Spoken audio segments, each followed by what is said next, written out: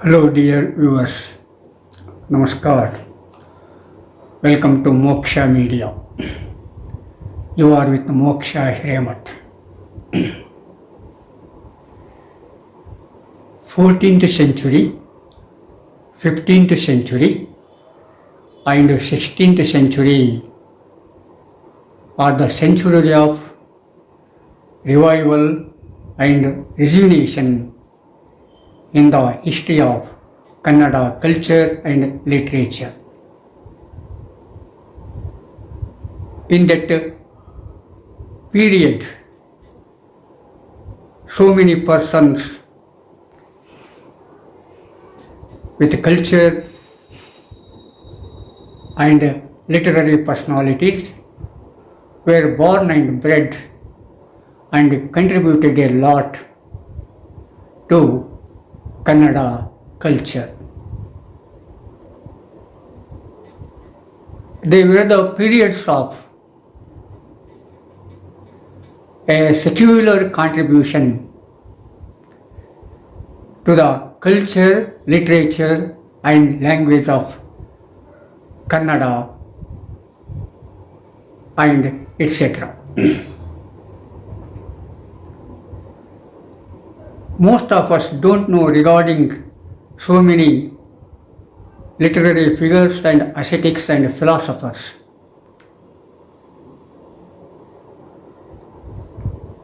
In the 14th century, the Vijayanagara kingdom was established. It represented the law of the land and culture of the land.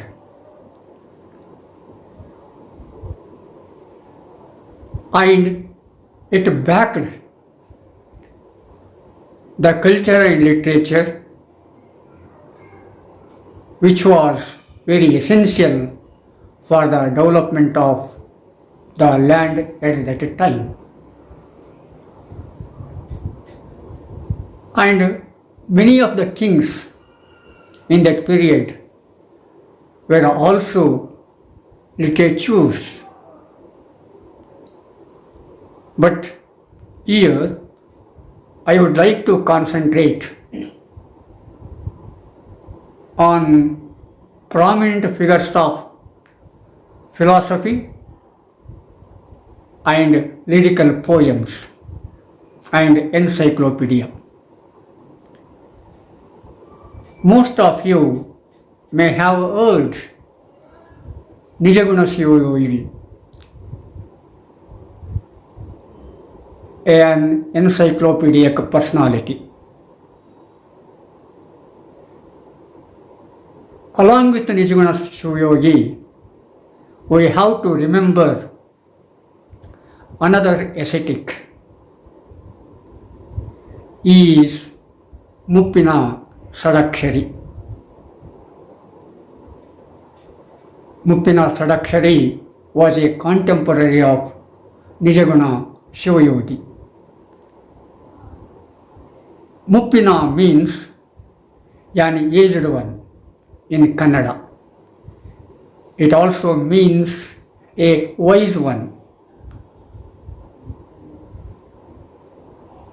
And an aged one is a wise one is the praise in Kannada language and literature. So, the word is prefixed.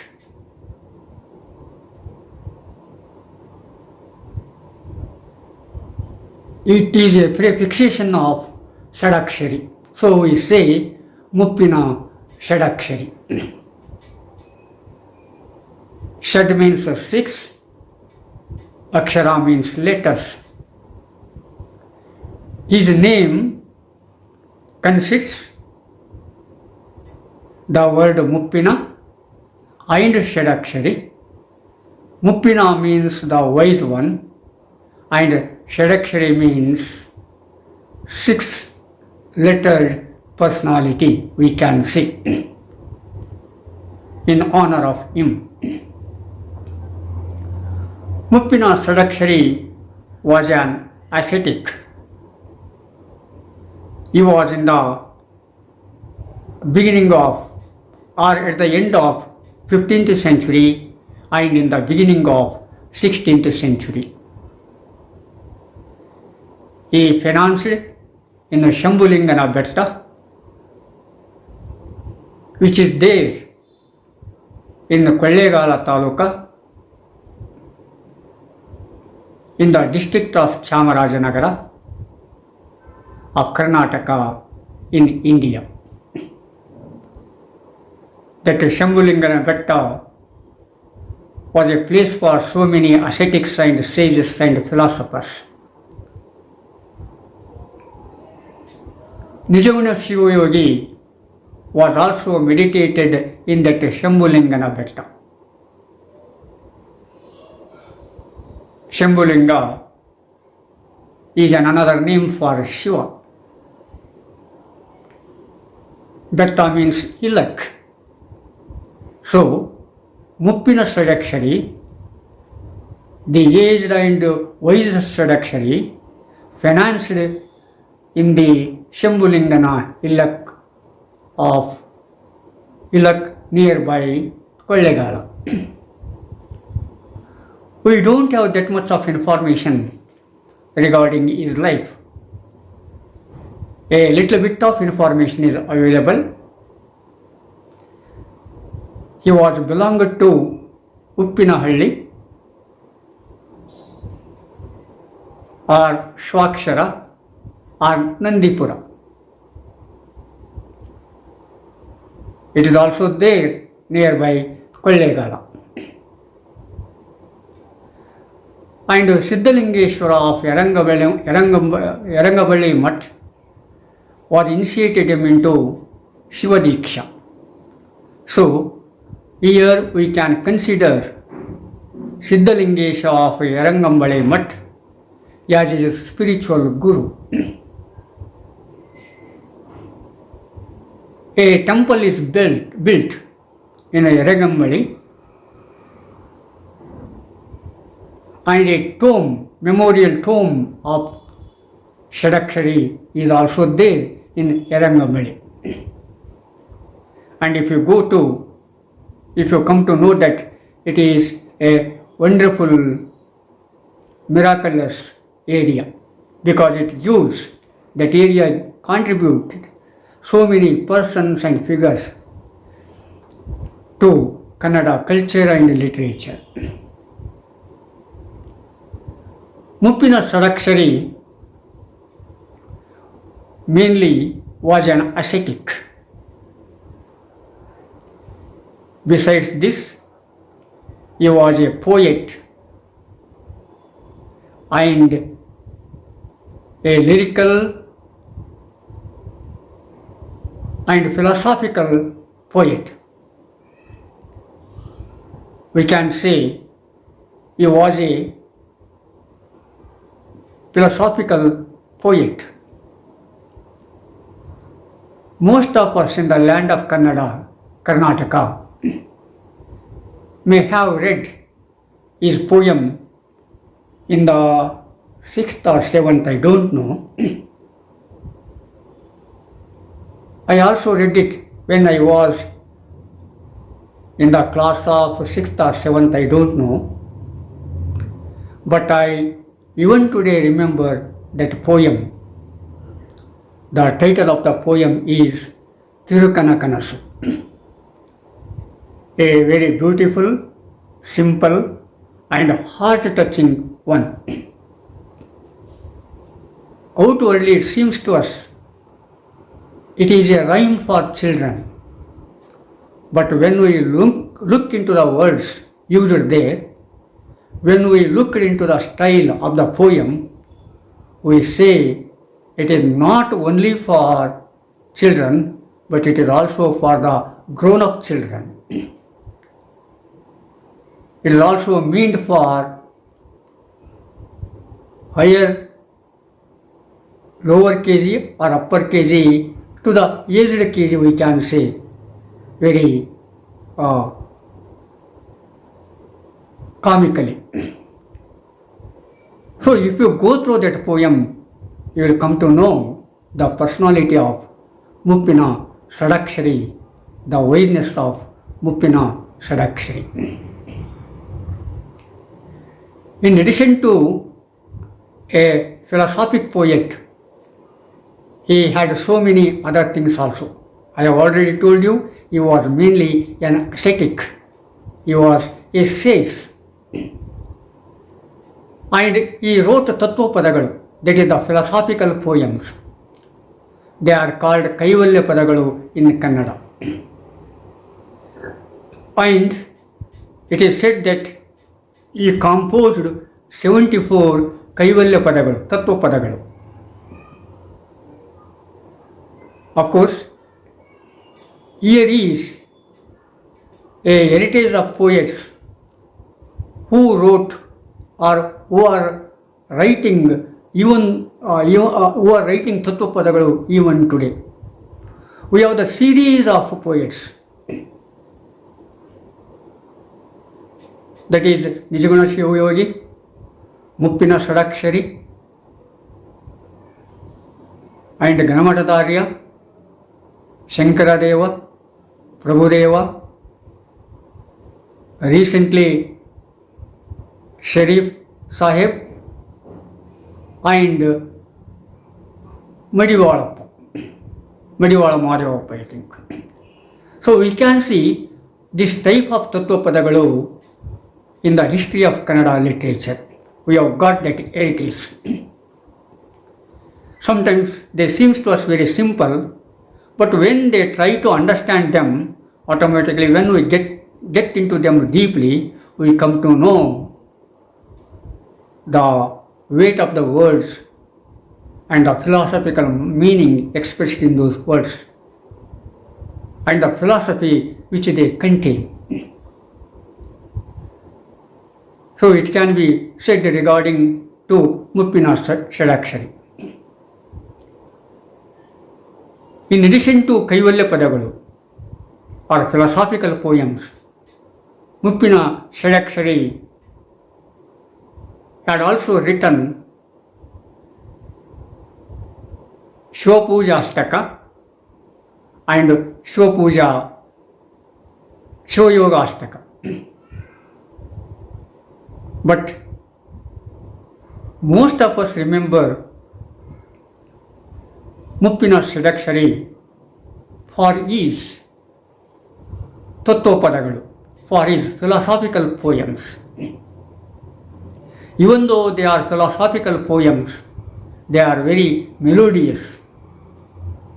When one goes through those poems, definitely even a common man can understand them very easily. And he feels what life means in this world. So, in order to show or in order to say his philosophy and simplicity, here I would like to quote one of his poems which is very popular even today. The title of that poem is Tirukanakanasu. So that Tirukanakanasu is very lyrical poem, a very melodious poem. Even today I remember some of the lines which I read when I was a student of primary school. It goes, Tirukanurva Nura Munde Murukudarama Shalayelli, etc. etc. Here I would like to tell you that beggar's dream, that Tirukanakanasu. What is that Tirukanakanasu? If you go through the poem, you come to know the meaning of that poem very easily.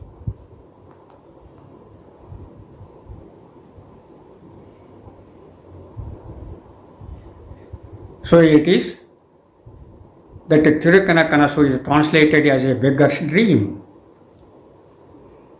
A beggar in the layout of a village in a pilgrim's rest house. A beggar in the layout of a village in a pilgrim's rest house. As he slumbers, he dreams something. A king dies without children. A king dies without children. A royal elephant holding a garland in its trunk wanders to choose the Lord by garlanding round the neck of a lucky one in the streets. By garlanding round the neck of a lucky one in the streets. Garlanded it very suddenly, the beggar in the layout. Garlanded it suddenly, the beggar in the layout. His happiness knows no bounds. Made him the king. Marries a royal maid. Made him the king. Marries a royal maid. Reigned the state happily in the dream. Having the children, then only. Children on the lap, playing.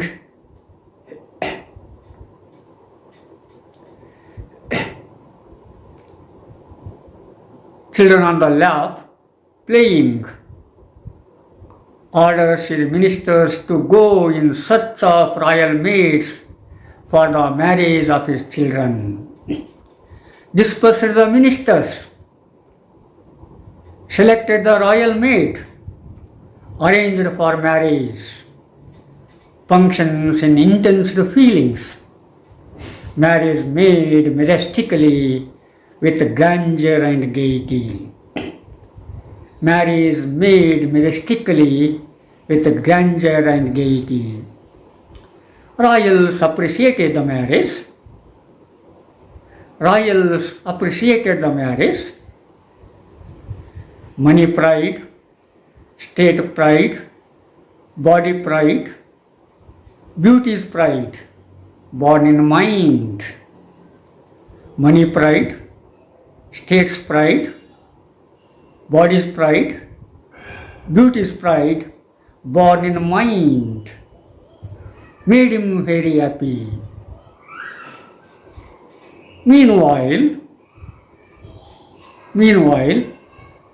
army attacks his palace. He opens his eyes fearingly. Meanwhile, army attacks his palace. He opens eyes fearingly, experiencing the dream. Very fantastic, you know. Of course, you see, it is a translation to English from Kannada by Moksha Hiramat. Here, I think the poem need not an explanation regarding its lyricality and melodiousness. When we read this poem or when we go through this poem, we feel that it is a rhyme of a child.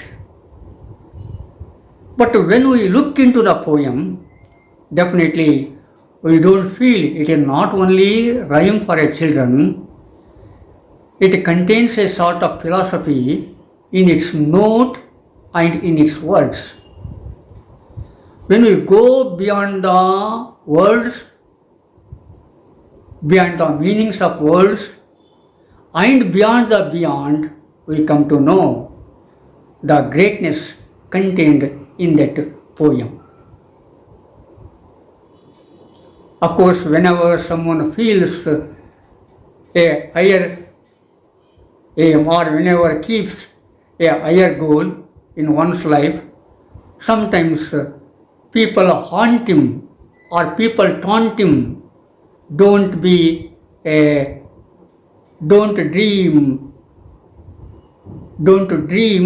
beggars, or don't be a beggar's dream, etc., etc. is there. So it is common in Kannada language. It is a common phrase. So here, when we have everything, we get a kind of pride or proud, or one has an ego.